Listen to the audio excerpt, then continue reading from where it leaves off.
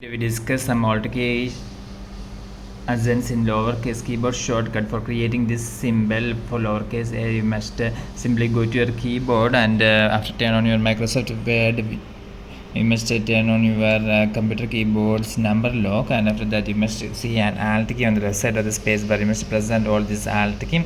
After that you must type here 0228.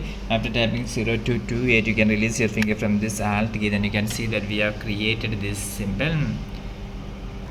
So for creating this symbol, you must follow the keyboard shortcut Alt 0235.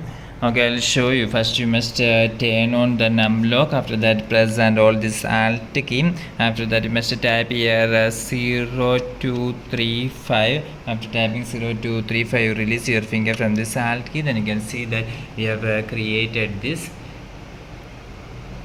And for I, you must use this keyboard shortcut Alt 0239.